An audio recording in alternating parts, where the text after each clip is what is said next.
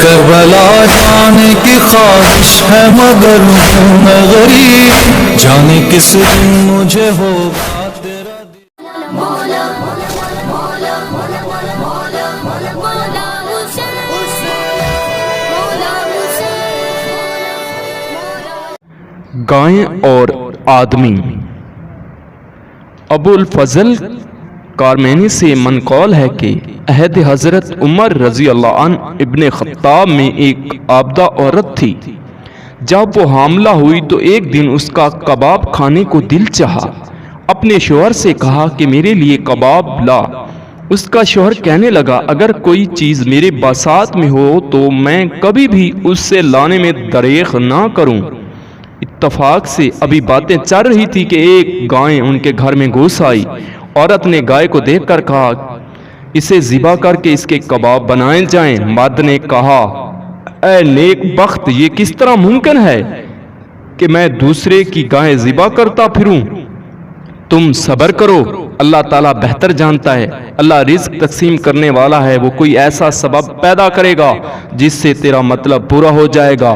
اس مرد نے گائے کو باہر نکال دیا اور مرد نے اندر سے کنڈی چڑھا دی۔ ابھی باتیں چل رہی تھی کہ گائے دوبارہ اندر گھس آئی۔ پھر عورت نے اصرار کیا مگر مرد نے کہا یہ بہتر نہیں۔ انہوں نے گائے باہر نکال کر اندر قفل لگا دیا اور اطمینان سے بیٹھ گئے، مگر گائے اپنے سینگوں سے دروازہ توڑ کر اپنے اندر پھر داخل ہو گئی۔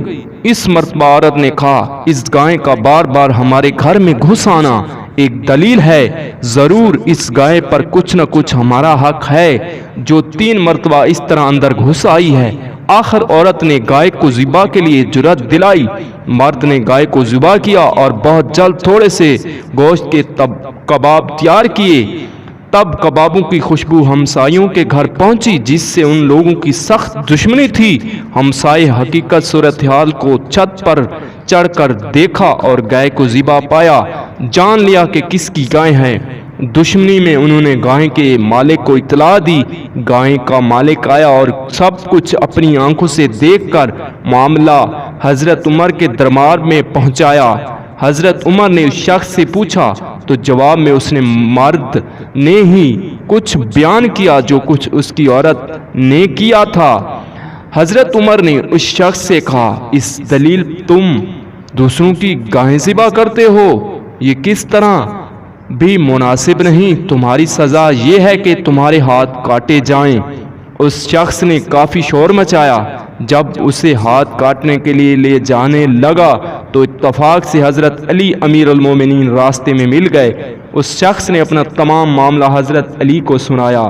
آپ نے فرمایا اس شخص کو دارالشرع لے چلو، میں ابھی آتا ہوں۔ اس طرح اس شخص کو واپس لے جایا گیا۔ کچھ دیر بعد حضرت علی علیہ السلام وہاں پہنچ گئے۔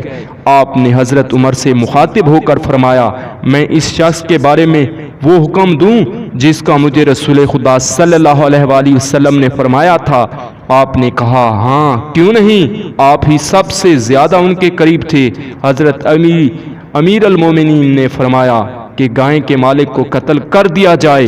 سب لوگ عدل و خدا بندی کا تماشا دیکھیں۔ سب لوگ حیران ہو گئے کہ گائے کے مالک کو کیوں قتل کیا جا رہا ہے۔ آپ نے سب سے فرمایا آرام سے دیکھتے رہو۔ آپ کے حکم سے گائے کے مالک کا سر کاٹا گیا اور گائے کے سر کو بھی لگایا گیا۔ ان دونوں کے سروں کو قریب قریب رکھا گیا۔ آپ نے اسماء خدا میں سے ایک اسم پڑھا جس کو کوئی نہ سمجھ سکا۔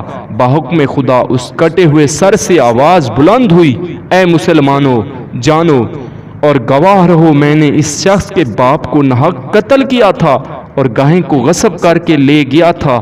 حق تعالیٰ امیر المومنین کو جزائے خیر دے کہ اس دنیا میں ہی مجھ سے قصاص لے لیا اور عاقبت کے عذاب سے اور ہمیشہ کے لیے دوزخ میں رہنے سے چھڑا دیا۔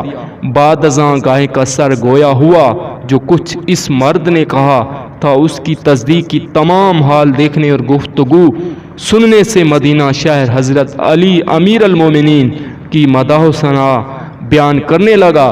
کس نے دریافت کیا تو آپ نے فرمایا ان تمام حالات کی خبر حضور صلی اللہ علیہ وآلہ وسلم مجھے دے چکے ہیں۔ میں سب کچھ جانتا ہوں، جو کچھ پوچھنا ہے مجھ سے پوچھو۔ جو کچھ پوچھنا ہے مجھ سے پوچھو۔